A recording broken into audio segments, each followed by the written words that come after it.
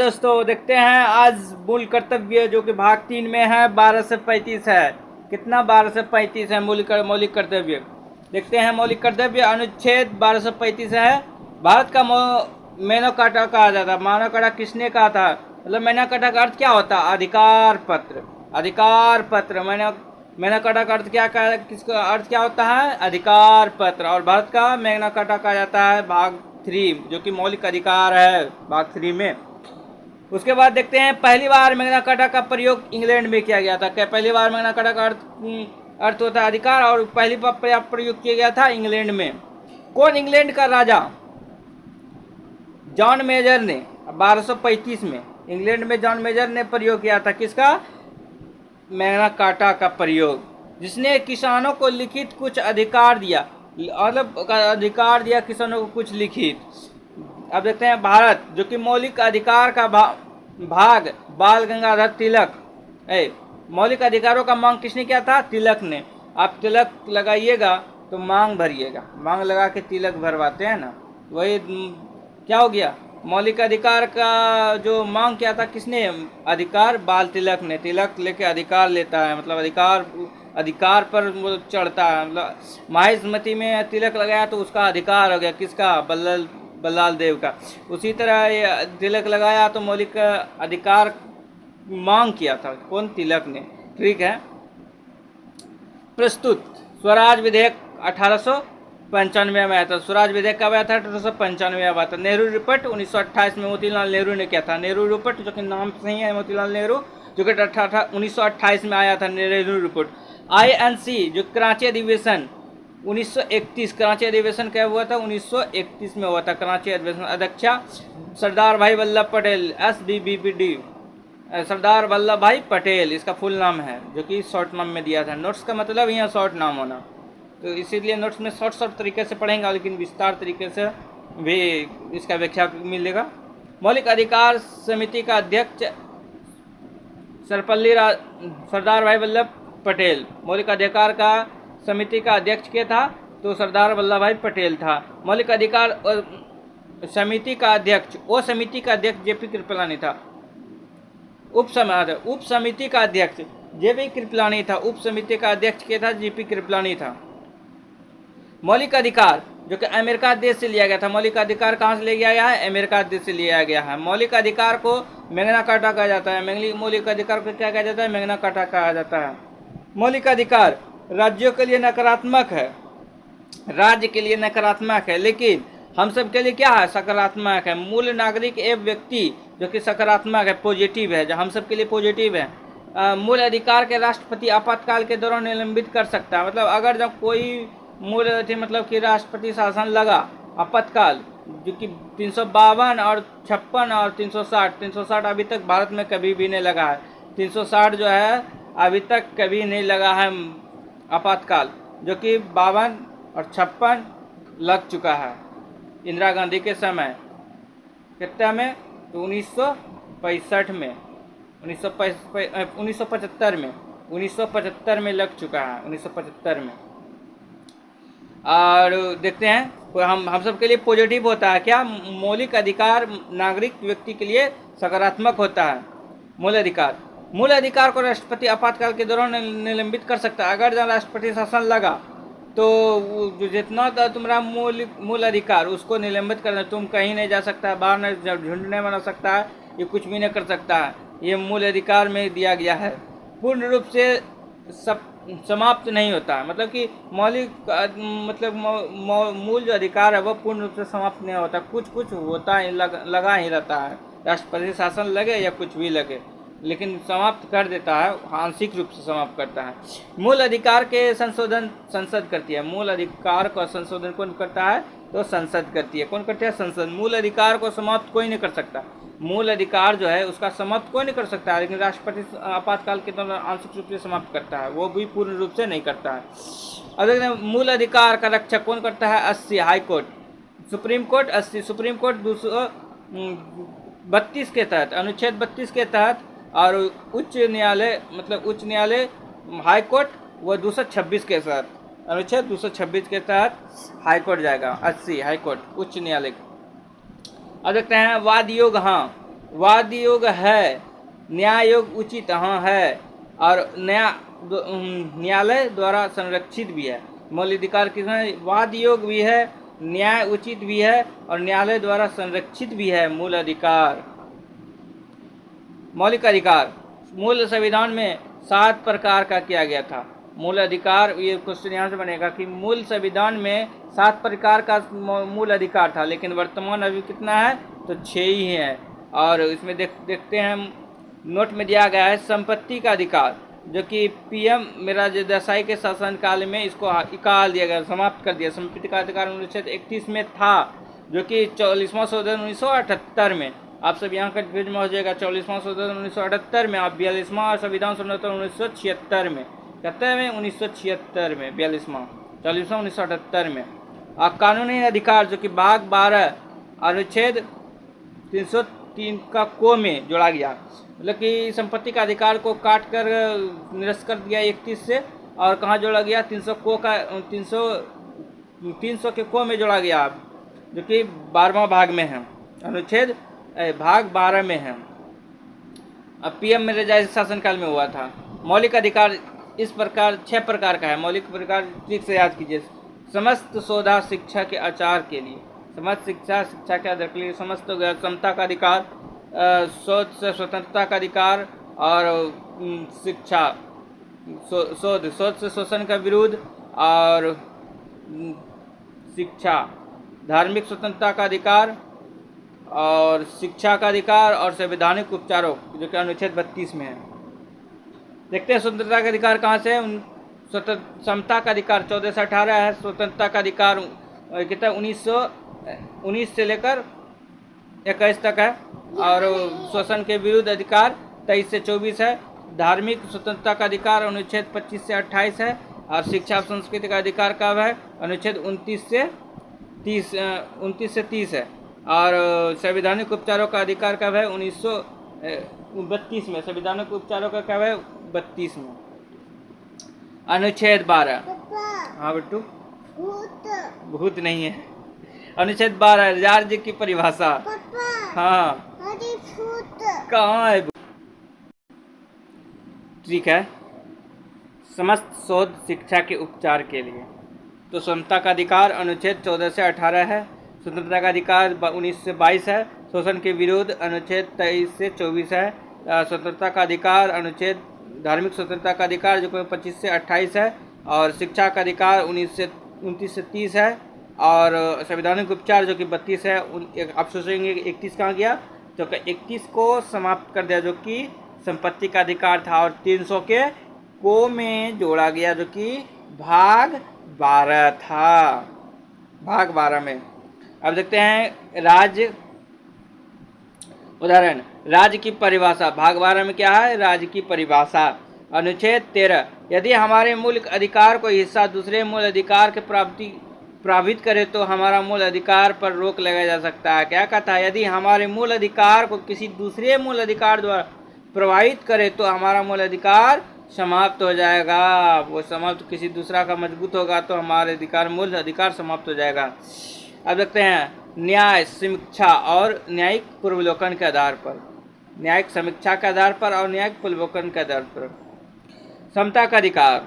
समता का अधिकार 14 से 18 है। 14 से 18 है। देखते हैं पहला 14 में क्या कहता है? कानून के समक्ष का अधिकार। कानून के समक्ष समता, जो कि आप सबके सामने समान है। वो पुलिस और आदमी सबके समान है, मतलब वो अपराधी नहीं है, वो सबके समान है। ब्रिटेन से लिया गया। जो कानून के समक्ष समता का अधिकार कहाँ से लिया गया? तो ब्रिटेन से लिया गया। कहाँ से? ब्रिटेन से लिया गया था। कानून के समक्ष संशोधन, कानून के समान संरक्षण, जो कि अमेरिका से लिया गया। यहीं से क्वेश्चन फंसा के पूछता है। कानून के समक्ष संरक्षण, समता का संरक्षण कहाँ से लिया गया? तो अमेरिका से लिया गया। और समता, कानून के समक्ष समानता का अधिकार ब्रिटेन से लिया गया। कहाँ से? ब्रिटेन से। अनुच्छेद 15 कहता है केवल 5 प्रकार के जाति, धर्म, लिंग, वंश और जन्मस्थान के आधार पर भेदभाव का निषेध है। मतलब कि वो इसमें जाति, धर्म और लिंग भेदभाव नहीं कर सकता है किसी के साथ। महिला, बच्चा, बूढ़ा, दिव्यांग, पिछड़े वर्ग जाति, के विशेष प्रावधान है, ये सबको विशेष छूट है, मतलब विशेष एक दर्जा मिला है। उसके बाद कहता है एक नोट में महिला बच्चा को ये सबको मतलब एक विशेष प्रकार का देता है।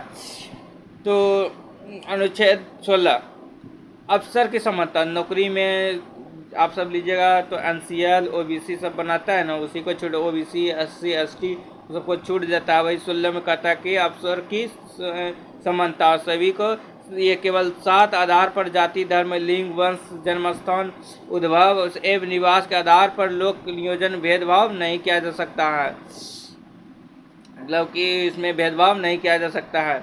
इसमें उदाहरण दिया है कि पिछड़े वर्ग के लिए आरक्षण की चर्चा दिया गया, पिछड़े वर्ग के आरक्षण का चर्चा दिया गया कि वो पिछड़ा वर्ग को गाली नहीं दे सकता है, उसका भी हक है, वो भी स्वतंत्र रूप से जी सकता है। अनुच्छेद 16 आरक्षण जो कि SC के लिए 15%, ST के लिए 7.5%, OBC के लिए 27% और EBCW के लिए 10%, जो कि 103वां संशोधन 2019 में किया गया है आर्थिक वर्ग कमजोर वर्ग के लिए।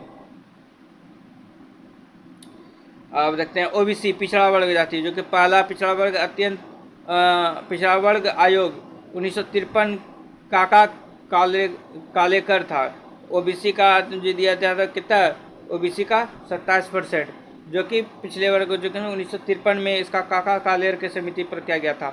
OBC का पिछड़ा वर्ग जो कि द्वितीय पिछड़ा वर्ग जो कि 1979 की अध्यक्षता BP में मंडल के द्वारा किया गया था, द्वितीय पिछड़ा वर्ग जाति BP मंडल के द्वारा किया गया था। रिपोर्ट किया था 1980 में, अब और 1990 में BP में संहिता आरक्षण शुरू हो गया 27%, ये OBC 27% शुरू हो गया।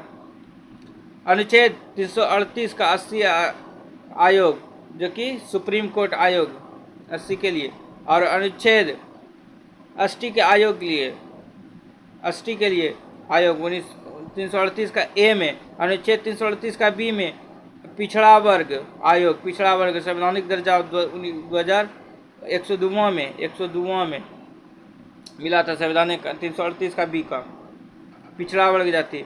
आप सकते हैं 80 और ST में क्या अंतर है, ST और पिछड़ा वर्ग जाति, 80 अत्यंत पिछड़ा वर्ग जाति और ST पिछड़ा वर्ग जाति अंत्योदय जो जिसको सबको मिलता है पिछड़ा वर्ग जाति। अब देखते हैं अनुच्छेद 17 अस्पृश्यता छुआछूत, ये सब होता है 17 में, ये बहुत बार क्वेश्चन आ चुका है। छुआछूत में किसमें, छुआछूत में होता है। अस्पृश्यता अधिनियम 1955 में क्या आया था 1955 में, और मानव संरक्षण अधिनियम 1955 में आया था, मानव संरक्षण अधिनियम 1955 में ही आया था। अनुच्छेद 18 कहता है उपाधियों का अंत। आप जब तक 18 साल का नहीं हो जाएंगे तो 18 साल हो गया तो मतलब नहीं कि आप किसी का उपाधि धारण कर लें, जब तक आपको कोई कानून उन्होंने नहीं देगा, मतलब कोई डिग्री हासिल कर दिया तो वो नहीं कि हम मतलब हो गया है वो अधिकार नहीं, जैसे हम डॉक्टर से मतलब उपाधि कोई नहीं ले सकता है, नेता का ना कोई कुछ भी उपाधि नहीं ले सकता है ना संसार का। तो अपवाद में दिया है शिक्षा के अधिकार में कि इंजीनियरिंग और डॉक्टर ये सब ले सकता है, मतलब सेना मेजर कर्नल कैप्टन ये सब को मिल सकता है, लेकिन आम आदमी को नहीं मिल सकता, आम आदमी को नहीं मिल सकता। अब देखते हैं स्वतंत्रता का अधिकार 19 से 23 तक है, 19 से 23 तक है। और मूल संविधान में 7 प्रकार की स्वतंत्रता का उल्लेख किया गया है। मूल संविधान में 7 प्रकार की स्वतंत्रता का उल्लेख, परंतु वर्तमान में कितना है तो 6 है। संपत्ति कार्य जो कि मूल अधिकार का 19 का ऐप से 44वां संशोधन 1978 के तहत इसको पूरी द्वारा संविधान के द्वारा हटा दिया गया है। 40वां संशोधन 1978 के द्वारा इसको हटा गया है। अब अनुच्छेद 19 में बोलता है बोलने का अधिकार, आज़ादी है, भाषण विचार अभिव्यक्ति सभा सम्मेलन संघ संगठन, भारत में घूमने का अधिकार, कहीं बस जाने का अधिकार, व्यापारिक करने का अधिकार, आज़ादी किया मीडिया प्रेस झंडा फहराने का सूचना का अधिकार, ये सबको अनुच्छेद 19 में कहता है इतना अधिकार है, सबको कर सकता है, ये सब काम सब कुछ कर सकता है। अनुच्छेद 19 का ए कहता है विचार एवं अभिव्यक्ति की स्वतंत्रता। आप अनुच्छेद ए में कहता है, अनुच्छेद ए को मतलब कि बांटा गया है आप 6 प्रकार का जी तक। तो इसमें कहा गया है कि अनुच्छेद 1 में आप सब विचार कर सकते हैं, मतलब कि कुछ भी करने के लिए, मतलब अच्छे काम करने के लिए विचार कर सकते हैं, हाँ ये काम होना चाहिए, विचार करेंगे। फिर 2-3 को मिलकर सभा बनेगा। अनुच्छेद 19 का ए का बी कहता है कि सभा एवं सम्मेलन की संग स्वतंत्रता, मतलब सभा विचार करेंगे कि ये काम करना है, फिर सम्मेलन बनाएंगे, फिर सम्मेलन बनाकर क्या करेंगे तो संगठन बनाएंगे, एक अधिनियम करेंगे, मतलब कि संगठन बनाएंगे, हाँ ये काम करना है, पोस्टर वगैरह सब छपाना है। उसके बाद के भारत के अंदर भ्रमण करने का अधिकार। तो उसके बाद फिर जाएंगे भारत में भ्रमण करने के लिए, चंदा वंदा तोड़ने के लिए। उसके बाद फिर देखेंगे कि हाँ, फिर देखेंगे वहाँ देश के क्षेत्र में, हाँ देखेंगे हाँ यहाँ क्षेत्र बहुत अच्छा है, चलो यहीं भागवत कथा करवा देते हैं। तो वही क्षेत्र में बसने का अधिकार, हमको ऐसा आया पसंद, हम वहीं रह गए। फिर वहाँ रह गए तो हमको कुछ खाने के लिए चाहिए, तो वहाँ जाके क्या करने लगे तो संपत्ति अर्जित करने लगे। संपत्ति अर्जित करने के लिए हमें क्या करना पड़ेगा तो वहाँ व्यापार करना पड़ेगा। वहाँ संपत्ति के लिए हमको खाना पीने के लिए तो संपत्ति चाहिए। संपत्ति का अधिकार 19 का 1 का एफ में दिया है संपत्ति का अधिकार। तो उसके बाद अनुच्छेद 19 का 1 में जी में दिया है व्यापारिक एवं जीविका चलाने के लिए हमको व्यापार करना पड़ेगा। व्यापार बताओ, इस सीधा इसमें लॉजिक है। पहले विचार करेंगे, फिर सभा बनाएंगे, सम्मेलन करेंगे, फिर संगठन बनाएंगे, फिर भारत के अंदर भ्रमण घूमने के लिए जाएंगे। फिर वहाँ गए तो हमको बहुत अच्छा ज़मीन सब लगा देखने में, वहाँ जाकर ज़मीन लेकर रहने लगे, वहाँ बस गए। फिर वहाँ बस गए तो हमको कुछ संपत्ति चाहिए तो उसके लिए हमको व्यापार फिर शुरू करना पड़ गया। यही है ट्रिक इसका। उसके बाद अनुच्छेद 20, अपराधों के लिए दोष सिद्ध के लिए 3 प्रकार की स्वतंत्रता किया। मतलब कि अपराध आप मतलब कि क्या है इसमें, अनुच्छेद 20 कहता है कि अपराधों के लिए दोष सिद्ध के संरक्षण में इन्हें 3 प्रकार की स्वतंत्रता, मतलब आप अगर जो दोष किए हैं तो उसके लिए 3 प्रकार की स्वतंत्रता दिया है। कौन कौन? एक गलती की एक सजा। अगर आप किसी का मर्डर कर देते हैं और वो 12 वर्ष तक आपको नहीं पकड़ पाता, और उसी केस के दौरान आपने कितनों आदमी का हत्या कर दिया या कुछ भी कर दिया, तो वो जो पहला केस है उसी के आधार पर आपको गिरफ्तारी होगा और उसके लिए ही आपको दंडित किया जाएगा। एक गलती के लिए एक सजा, और सजा उस समय कानून के आधार पर दी जाएगी, ना कि पहले बाद और कानून के आधार पर। जो कि वो पहले काम किया गया है उसको एक गलती के लिए एक सजा देवे करेगा, लेकिन वो सजा जिसमें कि वो गलती कर चुका है फिर वो दोबारा और गलती किया तो जो कि पहले वाला गलती में उसका केस बना है उसी के आधार पर इसको सजा मिलेगा। और दोषी को स्वयं के लिए खिलाफ गवाही देने के लिए वाहक नहीं किया जा सकता, मतलब खिलाफ गवाही देने के लिए वाहक नहीं किया जा सकता, मतलब इस आधार पर ना वो स्वयं अपना गवाही नहीं सकता है, बल्कि वो अपना वकील रखवा सकता है या कुछ भी करवा सकता है। अनुच्छेद 21 कहता है प्राण एवं दैहिक स्वतंत्रता।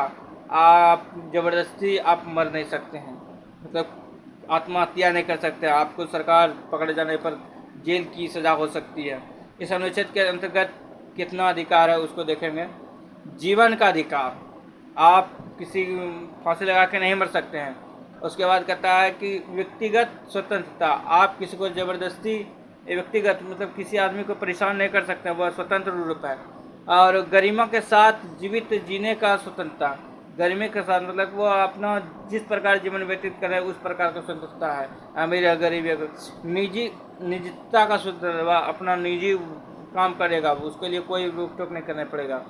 और उसके बाद कहता है जीवन साथी चुनने का अधिकार। हाँ, आप सब लव मैरिज कर सकते हैं, लेकिन जब 18 वर्ष हो तब करिएगा, ऐसे नहीं। तो इसमें कहा गया कि जीवन साथी चुनने का अधिकार, वह अपना स्वयं जीवन साथी चुन सकता है, इसमें कोई रोक टोक नहीं है।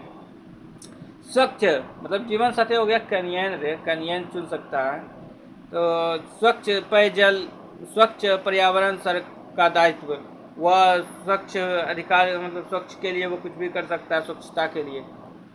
और उसमें सोने का अधिकार, आप 10 बजे तक सोइए, आपको कोई उठाता तो आप उस पर केस कर सकते हैं। मतलब कि आप जब मन हो तब जगिए, यार इसमें सोने का स्वतंत्र, जब मन हो तब उठिए, जब उठने का मन हो तब उठिए, जब सोइए, आपको कोई रोक टोक नहीं कर सकता है। अगर करता है उस पर केस दीजिए।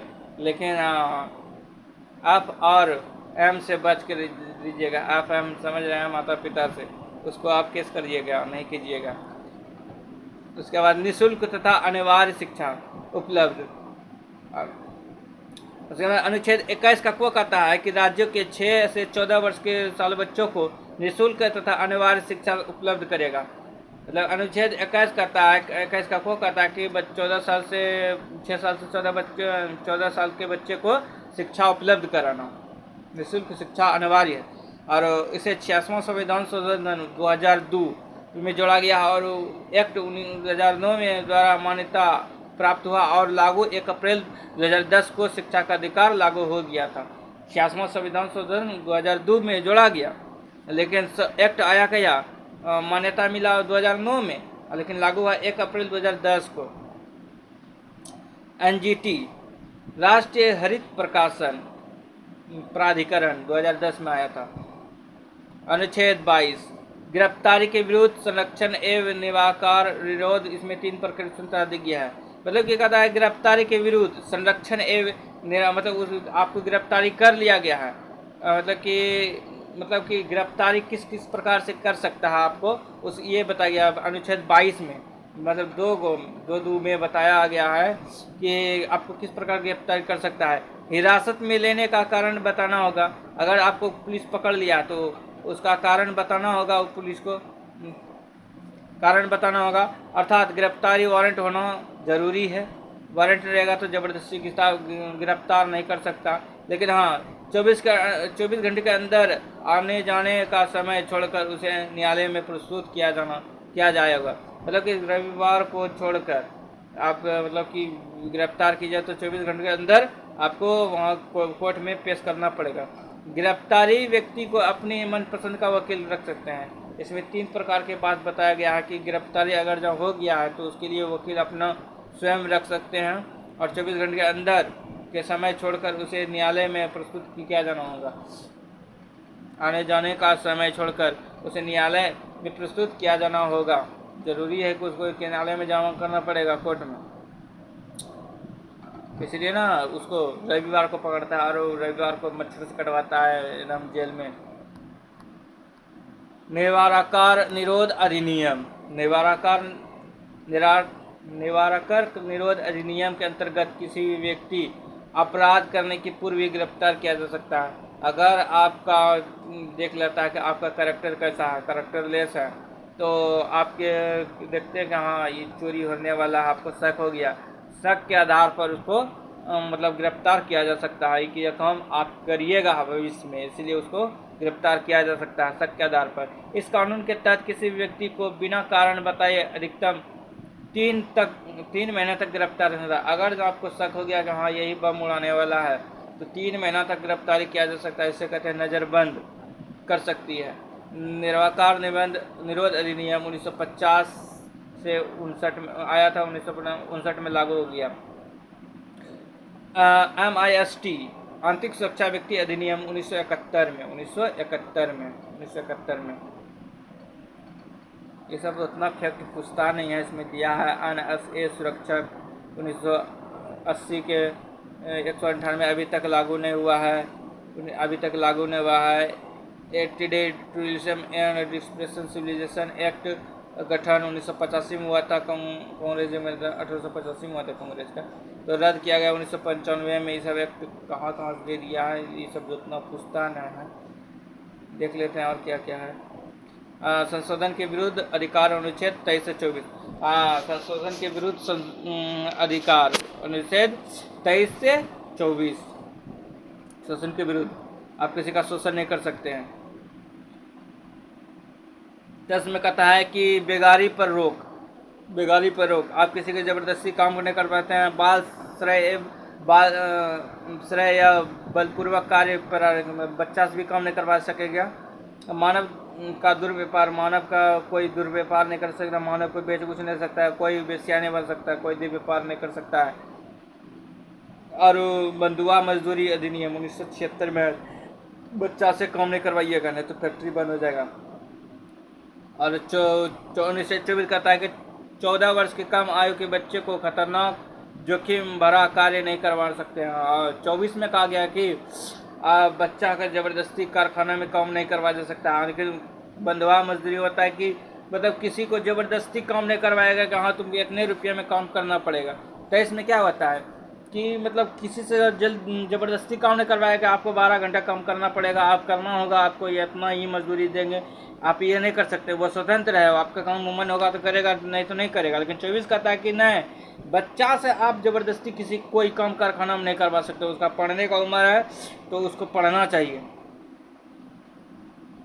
धार्मिक स्वतंत्रता पर जो कि 25 से 28 में दिया गया, 25 से 28 में अनुच्छेद 25 कहता है कि व्यक्तिगत धार्मिक स्वतंत्रता का अधिकार अतः कारण की स्वतंत्रता है। मतलब व्यक्ति धार्मिक मतलब स्वतंत्र रूप से वो कोई भी धर्म अपना सकता है। 25 का था। अनुच्छेद 26 का था कि धार्मिक कार्यों के प्रबंधन स्वतंत्र, मतलब आप कहीं भी धार्मिक स्वतंत्रता के मतलब धर्म का काम करवा सकते हैं, कहीं भी कुछ भी टेंट उट गड़वा सकते हैं। इसे सामूहिक धार्मिक स्वतंत्रता है, उसी के तहत आज्ञा यज्ञ वन सब कुछ होता है। यज्ञ हवन उसी के तहत होता है। अनुच्छेद 27 का था कि धार्मिक कार्य के लिए रखा धन पर टैक्स नहीं लगेगा। अगर जब कितना करोड़ कमा रहा है अयोध्या मंदिर तो उस पर कोई टैक्स नहीं लगेगा। उस पर उससे कोई एक नया इंस्टीट्यूट सब खोल सकेगा उसके लिए, और कोई मतलब कोई भी धार्मिक कार्य के लिए कुछ और भी खोला जा सकता है। अनुच्छेद 28 का था सरकारी धन से चल रहे संस्थान में धार्मिक शिक्षा नहीं दे सकते। अगर जो धार्मिक मतलब धर्म से जो जितना पैसा कमाया गया है और उससे जो शिक्षा देगा वो धार्मिक शिक्षा नहीं देगा। सरकारी स्कूल में धार्मिक शिक्षा नहीं देगा। अगर कोई सरकारी स्कूल है तो वहाँ कोई भी पर्सनल धार्मिक धर्म के लिए वो शिक्षा वहाँ नहीं देगा, कोई भी पुस्तक जारी नहीं करेगा। शिक्षा एवं संस्कृति का अधिकार अनुच्छेद 29 से 30 है। शिक्षा संस्कृति अधिकार 29 से 30 है। अनुच्छेद 29 कहता है कि अल्पसंख्यक लोगों के हितों और संरक्षण इनमें कहा गया है कि किसी भी अल्पसंख्यक को उसकी भाषा, बोली, लिपि तथा संस्कृति में आधार पर शिक्षण संस्था में प्रवेश नहीं और रोकने भी नहीं। अगर वह कोई बंगाली है, कोई गुजराती है, कोई कुछ भी है तो उसके शिक्षा पर रोक उसे नहीं ला सकता। उसका पढ़ने का मन तो वो पढ़ेगा, उसको समझ में आए या ना आए, लेकिन वो पढ़ेगा, वो क्लास घुस सकता है। अनुच्छेद 30 कहता है कि अल्पसंख्यक का शिक्षण संरक्षण, इसके तहत अल्पसंख्यक अपने मनपसंद का शिक्षण स्थान कर सकता है। जैसे मुस्लिम लोग सब अपना शिक्षा देता है ना उर्दू लिखने में, इसलिए कहता है कि जो मतलब कम संख्या में आदमी है तो वो अपना पर्सनल स्कूल खोल करके पर्सनल शिक्षा वो दे सकता है, उसमें कोई भेदभाव नहीं है। संवैधानिक उपचार जो कि अनुच्छेद 32 है, संवैधानिक उपचार अनुच्छेद 32 है। अनुच्छेद 32 को संविधान का आत्मा भी कहा गया। अनुच्छेद जो कि भीमराव अम्बेडकर ने कहा था, संविधान का आत्मा किसने कहा था? भीमराव अम्बेडकर ने। अनुच्छेद 32 को जो कि संवैधानिक उपचारों का दिया गया है, उसमें प्रस्तावना का संशोधन आत्मा है। प्रस्तावना का संविधान की आत्मा ठाकुर दास भार्गव ने कहा था। प्रस्तावना को संविधान की आत्मा कहा था ठाकुर दास भार्गव ने, और संविधान की आत्मा कहा था भीमराव अम्बेडकर ने। प्रस्तावना को संविधान का आत्मा, प्रस्तावना हम भारत के लोग, हम भारत के ये जो प्रस्तावना है इसको ठाकुर दास भार्गव ने कहा था, और संविधान की आत्मा कहा था भीमराव अम्बेडकर, डॉक्टर भीमराव अम्बेडकर ने। मूल अधिकार हनन होने पर सर्वोच्च न्यायालय, उच्च न्यायालय 232 के तहत और हाई कोर्ट, सर्वोच्च न्यायालय अनुच्छेद 226 के तहत हम जा सकते हैं। मूल अधिकार हनन होने पर सुप्रीम कोर्ट 5 प्रकार के रीट जारी करता है। मूल अधिकार मतलब हनन होने पर 5 प्रकार रीट करता है। बंदी परीक्षण, इसके द्वारा न्यायालय बंदीकरण करने का वाले अधिकार को आदेश देती है कि उनको 24 घंटे के भीतर शरीर न्यायालय में प्रस्तुत, अगर जब कोई आदमी को पकड़ लिया है तो उसको 24 घंटे के अंदर न्यायालय में प्रस्तुत करना होगा। इसलिए डाकू सबको शनिचर को पकड़ता है और उसको एक दिन जरूर रखता है और उसका अच्छा से ख्याल रखता है। परमादेश, जब कोई सरकारी कर्मचारी अच्छे काम नहीं करता उस पर यह जारी किया जा सकता है। अगर जब कोई मतलब अच्छा से सरकारी व्यवस्था काम नहीं कर रहा है तो उसको हटाया जा सकता है, उसको निष्कृत किया जा सकता है। प्रतिषेध, यदि यह ऊपरी न्यायालय अपने निचली न्यायालय पर तब लगाती है जब निचली न्यायालय अपने अधिकारों का उल्लंघन करके फैसला सुना चुकी रहती है। मतलब कि अगर जहाँ ऊपरी न्यायालय है तो वह छोटकी न्यायालय है, मतलब छोटा आदमी ही, मतलब छोटका भाई ही उसका न्यायालय कर लिया, गाँव में इतना उतना हिस्सा होगा, बड़का न्यायालय अभी करने कुछ बोलबे नहीं किया, छुटके कर लिया। तो वही हो गया कि जब तक वो छोटका मतलब छोटी न्यायालय मतलब निचली न्यायालय बड़े न्यायालय आने से पहले वो छोटी न्यायालय उसका मतलब कि कर लिया, तो उस पर होता है प्रतिषेध और उत्प्रेषण, जो कि वो यह सेम टू सेम उसी प्रकार है कि यह अपने ऊपरी उच्च न्यायालय से निचली न्यायालय पर तब लगाती है जब निचली न्यायालय अपने अधिकार का उल्लंघन करके फैसला सुना हो चुकी हो रहती है। इसमें सेम बात उसी में है, इसमें प्रतिषेध और उत्प्रेषण में। इसको हमको समझ में आज तक नहीं आया, इसका कमेंट करके कोई समझा दीजिएगा इसको ज़रा सा। अधिकार परीक्षा, जो कि जब कोई अधिकार ऐसे कार्य करने के लिए जिसके लिए अधिकार नहीं है उसे रोकने के लिए अधिकार परीक्षा आता है। अधिकार परीक्षा अनुच्छेद 33 कहता है कि संसद, सेना में, मीडिया और तथा गुप्तचर के लिए मूल अधिकारों को राष्ट्रीय सुरक्षा हितों में सुनिश्चित करना। इस सबको मतलब कहता है कि इसमें आप वीडियो जो चलाते हैं यहाँ भारत का कोई दूसरा आदमी को पता न चलता है, इसलिए आप सीमित लिमिट में चलाइए, नहीं तो आपको जेल हो सकती है, बाहर यहाँ से चल जाएगा, इसलिए वो सीमित कर दिया गया है कि इतना ही आप इतना ही कीजिएगा।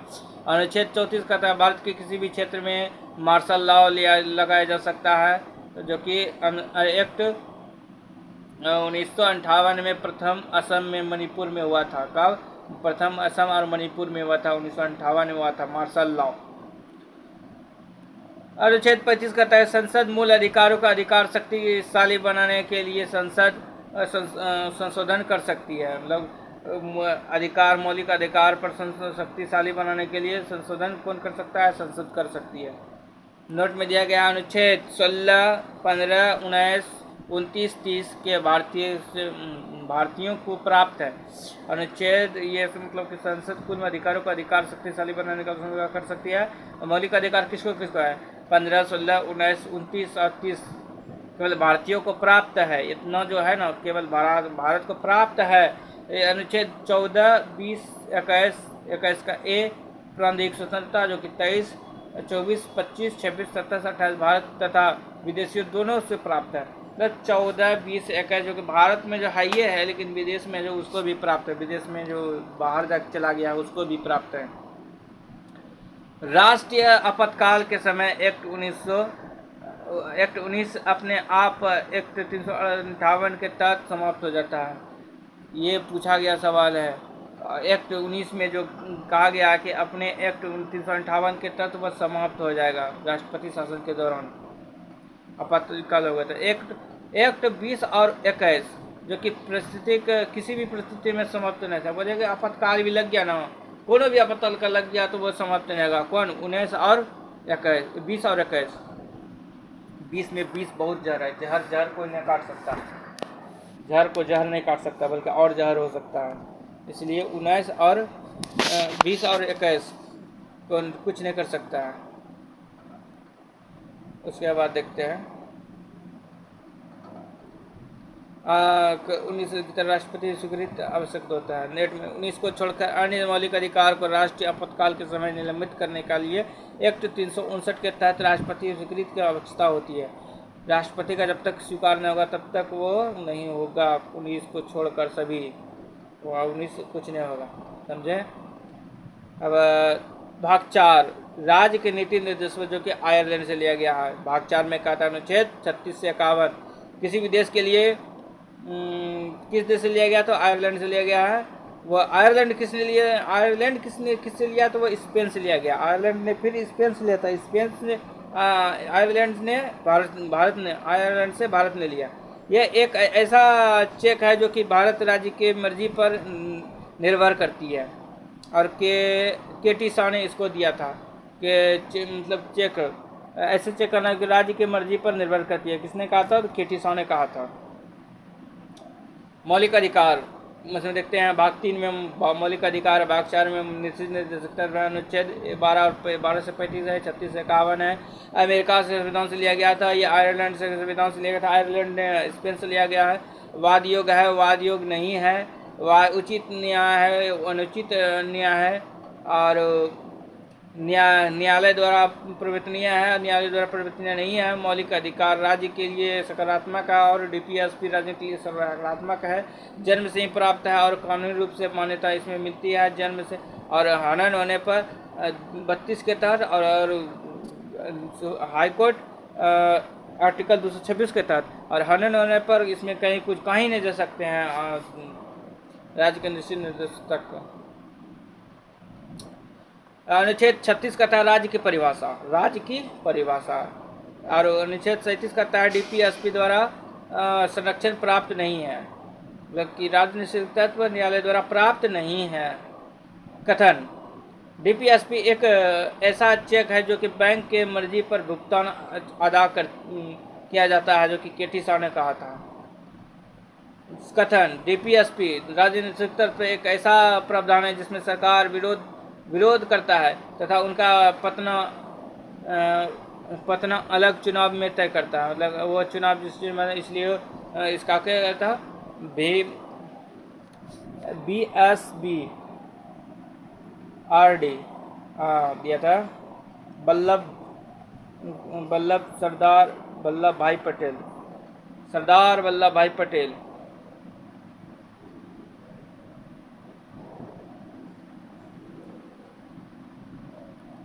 कथन डीपीएसपी को आत्मा का आइंस्टीन कहा गया है, डीपीएसपी को आत्मा का आइंस्टीन कहा गया है। कथन यदि राज्य निश्चित तत्व सही तरीके से लागू किया जाए तो यह जरूरी नहीं कि हमारे देश की पृथ्वी स्वर्ग बन जाएगी।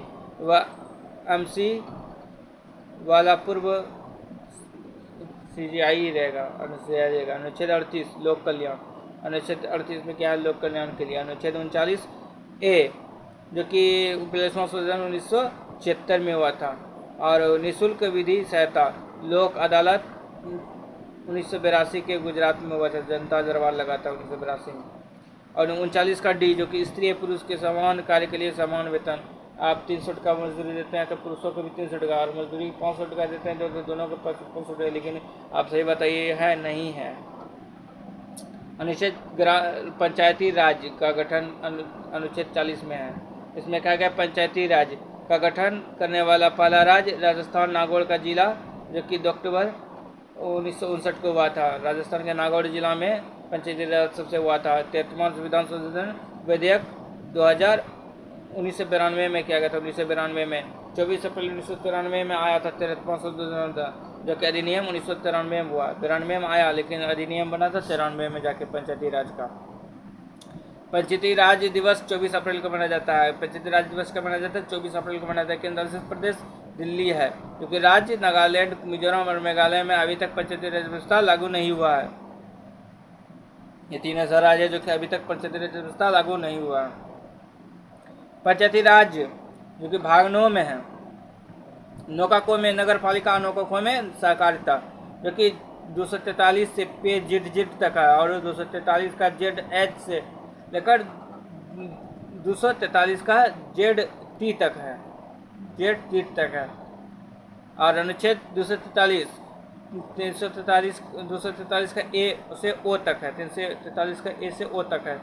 विषय 29 गो है। विषय ये बहुत बार प्रश्न पूछा गया है। पंचायती राज में कितने विषय है? एक में। अनुसूचित 11 में 73वां संशोधन 1993 में, 73वां संविधान संशोधन 1993 में। 41 में क्या, कुछ दशाओं में सहकारी सहायता, मतलब काम, शिक्षा, लोक कल्याण, सहकारिता, वृद्धा पेंशन ये सब देता है, जो अनुच्छेद 41 के तहत देता है। मनरेगा अनुच्छेद 41 में, जो कि पहले नाम नरेगा था, अब का जनक जो कि ज्ञानेंद्र था, इसका जनक क्या था? ज्ञानजद नवाड़। नरेगा पहली बार आंध्र प्रदेश में हुआ था, बनवाली जिला जो कि अनंतपुर में हुआ था। और नरेगा का फुल फॉर्म क्या होता है? नरेगा का फुल फॉर्म होता है आंसर हो गया national rural employment, national rural employment G वांटर एक्ट, जो कि मनरेगा किया गया, जो कि मनरेगा को मनरेगा किया गया 2009 में। एक्ट अधिनियम 2005 में आया था और लागू हुआ था 2006 में। एक्ट आया था 2005 में, लागू 2006 में, 2 फरवरी 2006 में। पूरे भारत में लागू हुआ था 1 अप्रैल 2008 में। एक्ट 2006 में आया था, लेकिन पूरे भारत में लागू 2008 में हुआ था, और इसमें 100 दिन का गारंटी भी दिया था काम करने का। अनुच्छेद 42 मोनोचित दशा, ये भी प्रश्न में पूछा गया है। मोनोचित दशा, न्याय में उचित दशा, प्रसूति सहायता, मातृत्व लाभ, 6 महीने अवकाश 2 बच्चे तक, इसमें मतलब मनोचित दशा को छूट भी दिया जाता है। कोई भी जॉब में होता है तो उसके लिए 6 महीना दिया जाता है। अनुच्छेद 243, अनुच्छेद 43 जो कि निर्वाह, नियोजन, मजदूरी, लघु उद्योग, हरकतधार आयोग, ग्राम खादी लघु बोर्ड उद्योग, अनुच्छेद 1954 में आया था। निर्वाध, अनुच्छेद 43A, उद्योग के प्रबंधन में कार्मिकों को कामगारों की भूमिका पे दिया गया है, कामगारियों की भूमिका पे। 42वां संविधान संशोधन 1976 से 39 का ए, 43 का ए, 48 का ए, 51 का ए जोड़ा गया है। 42वां संशोधन 1976 को जोड़ा गया है। 40वां संशोधन समता नागरिकता संहिता SSCC, जो कि समान नागरिक संहिता। कॉमन सिविट कोड, जो कि पहली बार गोवा में आया था। कहाँ आया था? पहली बार गोवा में आया था। शादी, तलाक, गोद लेना, संपत्ति बंटवारा का कानून का समता है। अगर किसी को गोद ले रहे उसका संपत्ति का अधिकार देना पड़ेगा। केंद्र सरकार UCC, जो कि पहला राज्य उत्तराखंड था, केंद्र सरकार वाला पहला राज्य उत्तराखंड था, जो कि सिविल कोड था। अनुच्छेद 45, 6 वर्ष की कम आयु के बच्चे के लिए स्वायत्तता तथा शिक्षा प्रदान करना।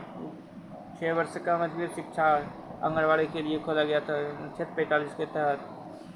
अनुच्छेद 46, ST SC OBC शैक्षणिक आर्थिक सहायता देता है, शैक्षणिक आर्थिक सहायता देता है। अनुच्छेद 47, पोषण आहार स्तर को बढ़ाना और नशीला पदार्थ पर रोक और शराब पर प्रतिबंधन 47 के तहत आता है।